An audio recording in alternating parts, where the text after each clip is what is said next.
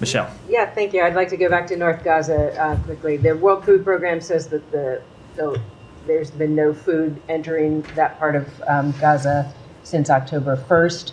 Are you worried that the Israelis are laying siege on that part? We are incredibly concerned about the humanitarian situation in all of Gaza, and particularly concerned about the humanitarian situation in North Gaza. And I can tell you it has been the subject of some very urgent discussions between our two governments. We have been making clear to the government of Israel that they have an obligation under international humanitarian law to allow food and water and other needed humanitarian assistance to make it into all parts of Gaza, and we fully expect them to comply with those obligations.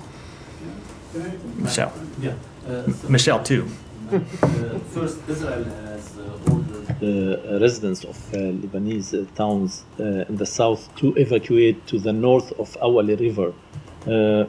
It's further north than Litani River. How do you view this order? So I can't speak to this order. We want to see them limit their operations to what we have seen to date, these limited incursions.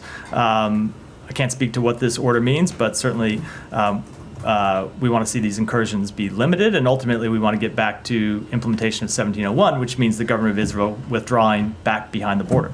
And you're supporting the implementation of the UN Security Council 1701, but what about the other Security Council resolution 1559? Do you support obviously we supported the adoption of that resolution when it was passed in the Security Council, and continue to support it. I will note that there have been a number of UN Security Council resolutions that have passed over the past several decades.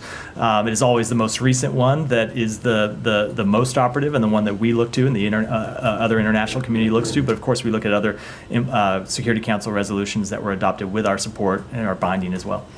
And there were reports that the U.S. supports the election of the Lebanese Armed Forces commander, Joseph Aoun, as the next president. Is this accurate? And especially that he will be retired by next January. Let me be clear about this. We do not take a position one way or the other on who the next president of Lebanon should be. That is a question for the Lebanese people and no one else to decide.